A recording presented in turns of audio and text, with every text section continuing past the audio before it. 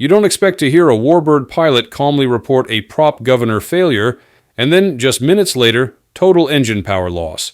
But that's exactly what happened on August 11th, 2025, in Monticello, Iowa. A North American T-28B Trojan, flown by 69-year-old Jim Rolf, a well-known warbird instructor and performer, went down during a desperate forced landing attempt. The NTSB has now released their preliminary report, and while it doesn't give us the final cause yet, it does reveal some truly shocking details that we need to talk about. Let's check it out.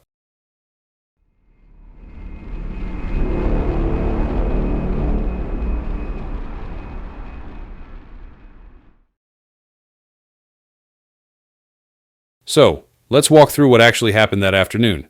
It started as a routine personal flight out of Monticello Regional Airport.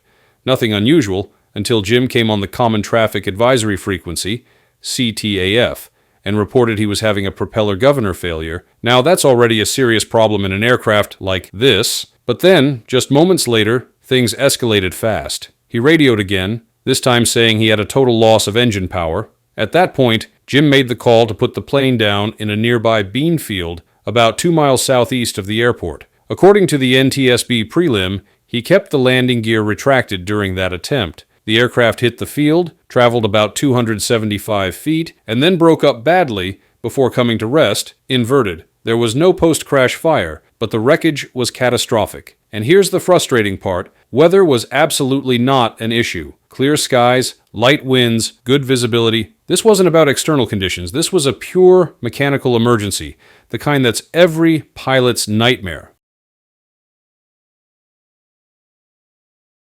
Now, for some context, let's talk about what Jim was flying. The T-28B Trojan is not your average weekend airplane.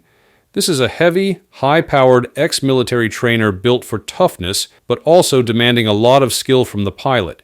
It's powered by the Wright R1-820 Cyclone 9, a massive 9-cylinder radial engine. This engine can put out over 1,400 horsepower, but here's the thing. It's maintenance intensive. You're dealing with a lot of moving parts, high torque, and an oil system that has to be absolutely healthy for everything to work right. And that brings us to the propeller governor. In plain English, the governor is the little brain that keeps your propeller pitch and engine RPM where they're supposed to be. It's an oil-driven device that senses changes and automatically adjusts blade angle so the engine doesn't overspeed or bog down. If it fails, and there are several ways it can fail, like leaking seals, broken flyweights, or the pump giving out, you can suddenly lose control of your engine RPM. In extreme cases, it can even cascade into full engine power loss. Here's where it gets really crazy. The NTSB report notes that the debris trail included the oil tank, the oil cooler, one of the propeller blades, and even the entire R1820 engine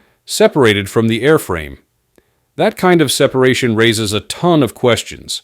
Did something start breaking apart before the airplane hit the ground? Or did the violence of the impact cause the engine and components to rip free?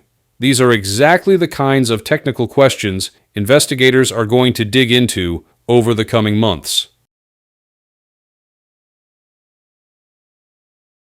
So let's break down what might have contributed to this accident. Again, this is early analysis, no conclusions yet. The first big clue is the sequence of events. Prop governor failure reported first, then shortly after, total engine power loss. Those two problems back-to-back strongly suggest something systemic, possibly in the oil supply or accessory drive system. The prop governor relies completely on oil pressure to adjust blade pitch. If the governor itself fails internally, you might just lose propeller RPM control. But if the oil system feeding it fails, for example, a line rupture, pump failure, or a major leak, then you lose both the governor function and, very quickly, the engine itself. A radial like the Wright R1820 just can't run without steady oil pressure. Bearings seize, friction builds, and power falls off a cliff. Now, about the landing gear decision.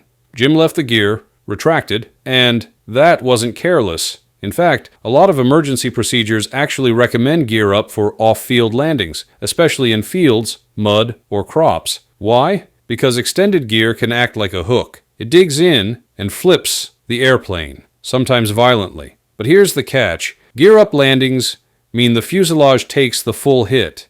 It's like belly sliding a 2-ton airplane across a plowed field, and the T-28 is no lightweight. The trade-off is brutal. Do you risk flipping with gear down or risk smashing harder with gear up? It's a decision pilots might debate for years, but in the moment, you've got seconds to choose. And then there's the field itself. A bean field might look flat and green from above, but in reality, it's uneven terrain with tall plants that drag and slow the airplane inconsistently. Soft dirt can grab a wheel or the belly in an instant. Add the sheer weight of a T-28 and the momentum of a high sink rate, and the odds of flipping or breaking up skyrocket. That's exactly what happened here. The plane impacted, traveled a short distance, then inverted with massive structural breakup.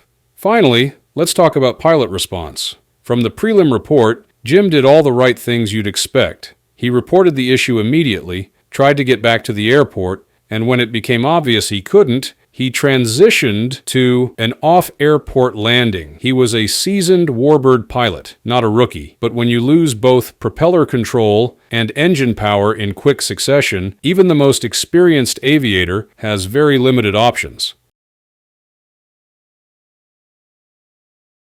So where do investigators go from here? The NTSB team already spent several days on site with an engine specialist. They've recovered the prop governor, oil system components, propeller parts, and pieces of the Wright R1820 for lab testing. In the lab, they'll be looking at things like whether oil passages were blocked, if there were signs of overheating or metal-to-metal contact, or if the governor's internal flyweights and pumps show evidence of failure. They'll also be digging deep into maintenance records. And with vintage aircraft, this is huge. Warbirds like the T-28 often have complicated maintenance histories.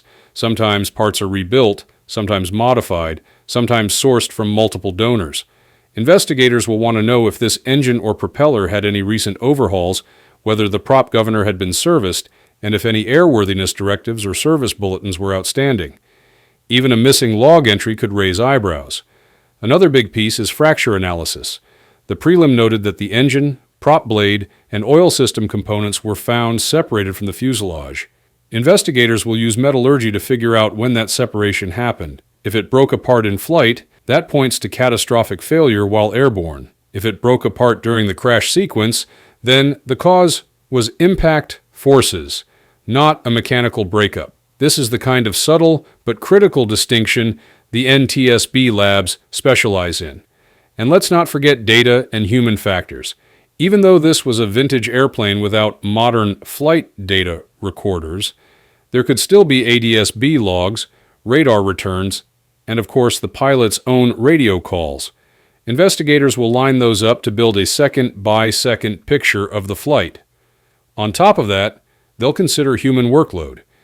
In those final minutes, Jim was diagnosing a prop governor failure, handling a failing engine, communicating on the radio, and setting up for a forced landing, all while managing an unforgiving airplane. That's an enormous amount of pressure, and even a perfectly trained pilot can only process so much at once. We can't wrap this up without remembering who was lost here. Jim Rolf wasn't just a pilot, he was a veteran warbird, performer, an instructor, and someone who gave back to the flying community in Iowa. For a lot of people around Monticello, he wasn't just the guy in the Trojan, he was a friend and mentor. This tragedy really drives home a few things. First, how incredibly fast a mechanical issue can snowball in a vintage airplane. Second, why systems like the prop governor and oil circuits are so critical to understand. They may not sound exciting, but when they fail, it's game over. And third, the harsh reality of forced landings. You can make all the right decisions and still have the terrain dictate the outcome. That's extremely frustrating for pilots, but it's the truth. And right now, we've got a lot of unanswered questions. Why exactly did that governor fail? Was oil starvation the culprit? Or something mechanical breaking apart? Could anything have kept that engine producing power for just a few more minutes? These are the things we just don't know yet. The NTSB is working on it, and their final report months from now will hopefully connect those dots. For now, all we can do is learn what we can from the prelim and respect the unknowns. Our thoughts are with Jim Rolf's family, his friends, and everyone in the warbird community who lost a great aviator. This preliminary report gives us a first look, but There's still a long way to go before we understand the full picture. When the final report comes out, I'll cover it here. If you want to stay updated on this case and other aviation accident breakdowns, make sure you hit that subscribe button.